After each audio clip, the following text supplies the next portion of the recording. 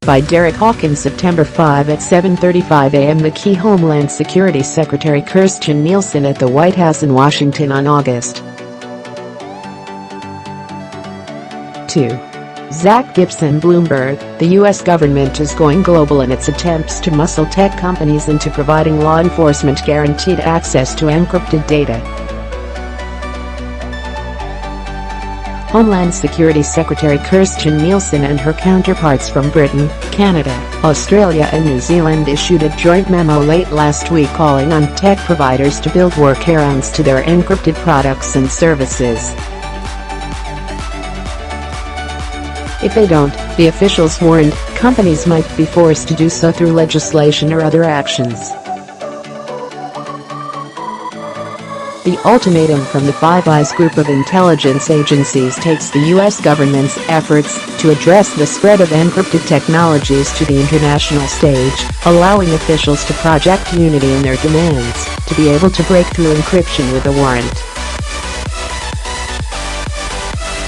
And it could deepen the schism between the governments and tech giants such as Apple and Facebook, which have firmly opposed calls to weaken encryption. I certainly see this banding together as a way for the U.S. government to try to exert more gravitas in the U.S. debate, said Rihanna Pfefferkorn, cryptography fellow at the Stanford Center for Internet on Society. Many of the tech companies that are in the Five Eyes sites are US-based, and it naturally exerts more pressure on those companies to have 5 countries, most of which presumably provide significant user bases for those companies, not just the U.S. band together to press them on encryption, she told me in an email. Signing on to the statement is largely a symbolic move. There's nothing in the Five Eyes memo that requires any action of the governments involved, but it raises the stakes for the tech industry. This statement signifies a switch to a more aggressive stance on going dark by the Five Eyes countries, both in terms of presenting a unified front and in the not very veiled threats to tech companies to do what the government wants them to or else, Pfefferkorn said. Major tech industry players haven't commented on the move, but Facebook recently staked out its opposition to backdoors into encryption in a blog post. Proponents of so-called backdoors imagine a hidden way of bypassing encryption, somehow accessing only the conversations of suspected criminals or terrorists, while continuing to protect everyone else. Gail Kent, Facebook's global public policy lead on security, wrote in May. But cybersecurity experts have repeatedly proven that it's impossible to create any backdoor that couldn't be discovered and exploited by bad actors. It's why weakening any part of encryption weakens the whole security ecosystem. Top law enforcement officials argue that the spread of encryption hinders high-stakes criminal investigations, and they say legislation requiring a workaround to encryption may be necessary if tech companies don't voluntarily help out. Efforts to move an encryption-breaking bill have stalled in Congress, but the Department of Justice signaled last month that it may be mounting another push in the near future. The FBI have also currently locked in a court fight with Facebook over access to a gang suspect's encrypted voice conversations on the company's Messenger app, in a case that echoes the Bureau's epic legal battle with Apple in 2016 to break the encryption on a terrorist's cell phone. There's already legislation on the table in Britain and Australia, which have led the charge in crafting policies to compel companies to help law enforcement bypass encryption. A UK law passed in 2016 requires communications providers to create encryption workarounds when called on by the government's security services. And Australian lawmakers are debating new legislation that would force tech companies to help investigators decrypt data. The language in the Five Eyes statement will sound familiar to anyone who has followed the encryption debate in the United States. Law enforcement's inability to access encrypted data in investigations is a pressing international concern that requires urgent, sustained attention, the government said in the memo, which was issued by the Australian government on the group's behalf.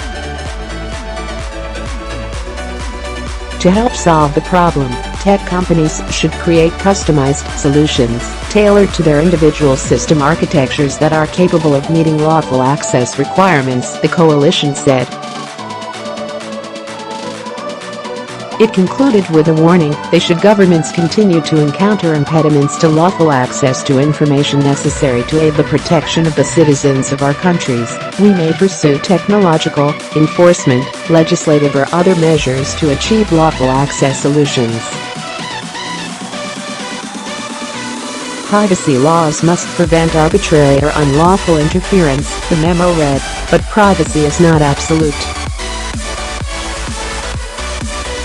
You are reading the Cybersecurity 202, our must-read newsletter on cybersecurity policy news. Not a regular subscriber? Sign up now. Pinged, patched, PWNAD. Sheryl Sandberg, Chief Operating Officer of Facebook, in Rancho Palos Verdes, Calif. On February 2, 2016. Jonathan Liebson. Getty Images for AOL. Pinged, tech giants will face questions from lawmakers today during hearings on Capitol Hill amid concerns over online foreign influence and allegations of censorship on social media platforms. The back-to-back House and Senate hearings scheduled for Wednesday illustrate the new political reality for Silicon Valley, as Democrats and Republicans alike increasingly seem willing to regulate how the industry moderates content online and eager to subject its once untouchable executives to intense public scrutiny, The Washington Post's Tony Romm reported. The political gauntlet begins in the Senate, where the Intelligence Committee will host Sheryl Sandberg, the Chief Operating Officer of Facebook, and Jack Dorsey, the Chief Executive of Twitter. They'll testify, their first time on Capitol Hill, at a hearing on foreign governments that spread misinformation on social media. Sandberg's prepared statement shows that she plans to tell the Senate Intelligence Committee that Facebook's efforts to fight off inauthentic actors on its platform have improved. We're getting better at finding and combating our adversaries, from financially motivated troll farms to sophisticated military intelligence operations, Sandberg plans to say, as quoted by my colleague Tony. However, no representative for Google will appear before the Senate panel. Senators formally invited Larry Page, the chief executive of Google's parent company, to their September live hearing, Tony wrote. Google responded with an offer for Kent Walker, the company's senior vice president of global affairs and chief legal officer, to testify, which Senate leaders rejected. In a statement, Google said Walker would still come to Washington, D.C., share written testimony and meet with interested lawmakers this week. On Tuesday, Facebook chief executive Mark Zuckerberg wrote in an opinion piece for The Washington Post that private companies and public authorities ought to work together to combat interference. The investments we continue to make in people and technology will help us improve even further, Zuckerberg said.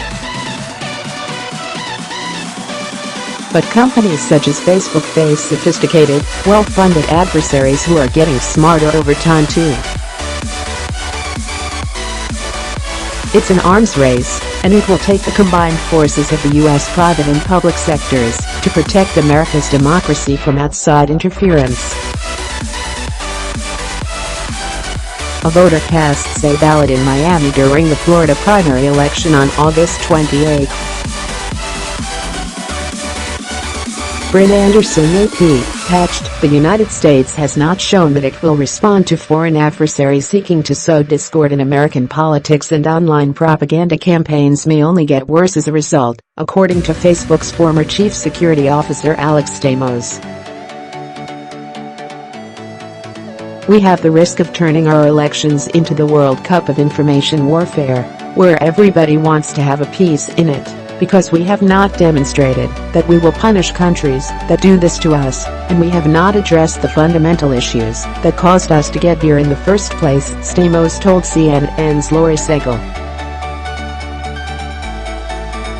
Stamos, now an adjunct professor at Stanford University, expressed dismay that some people still question whether interference occurred in the past presidential election.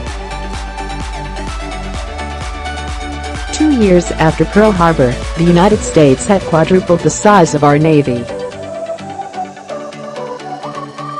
We were already on an unstoppable path to the Japanese home islands in the Pacific Theater, Stamos told Segel. 2 years on from the election and people are still arguing whether we were even attacked, and I find that amazing.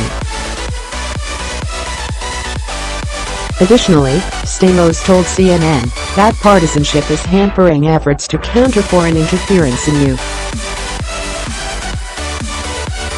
U.S. elections. The political polarization on election hacking is a horrible problem for the country, he said. It's the reason why we are in not much better shape in 2018 than we were in 2016. Voters cast their ballots for Georgia's primary election in Athens, Georgia, on May 22. Joshua L. Jones, Athens Banner Herald AP, PWNED. Some experts worry that wireless connectivity weakens the security of election systems, even if it can help administer elections faster. Securing the vote is a trade-off like any other, and the wireless debate exposes the perennial tension. The easier we make it to run an election, the easier we may make it to meddle in that election, The Intercept's Sam Biddle wrote on Tuesday. Jurisdictions where election systems include wireless connectivity may be reluctant to discard the technology. According to one former federal election official who spoke to The Intercept on the condition of anonymity because he was not permitted to speak to the press, many states already employ wireless connections in one form or another and are loath to give them up now, even in the name of making the vote harder to hack, Biddle wrote. The former official told The Intercept that it would be arduous for election officials to get rid of wireless connectivity in an election year, even though they understand that it is a security issue. Tammy Patrick, a former Arizona election officer and current senior advisor at the Democracy Fund, which, like The Intercept, is funded by eBay founder Pierre Amador, said that although she isn't aware of a jurisdiction that connects their voting equipment using Wi-Fi, other wireless technologies are sometimes built in, Biddle reported. Additionally, computers only 1 degree removed from the digital ballot boxes themselves will often connect to the internet, Patrick explained. More cybersecurity news. Congress's chief tech watchdog is not happy with Google. In a Q&A with Mark Warner, vice chair of the Senate Intelligence Committee, the senator talks about the search giant's glaring absence at this week's committee hearings and the White House's number Stop the Bias campaign. Wired Public Key Representative Peter T. King, RNY, on Capitol Hill in Washington on September 9, 2013. Drew Anger. Getty Images. The House on Tuesday passed a bill that would allow the Homeland Security Secretary to block the agency from working with foreign tech companies whose products or services are believed to pose a potential threat to the U.S.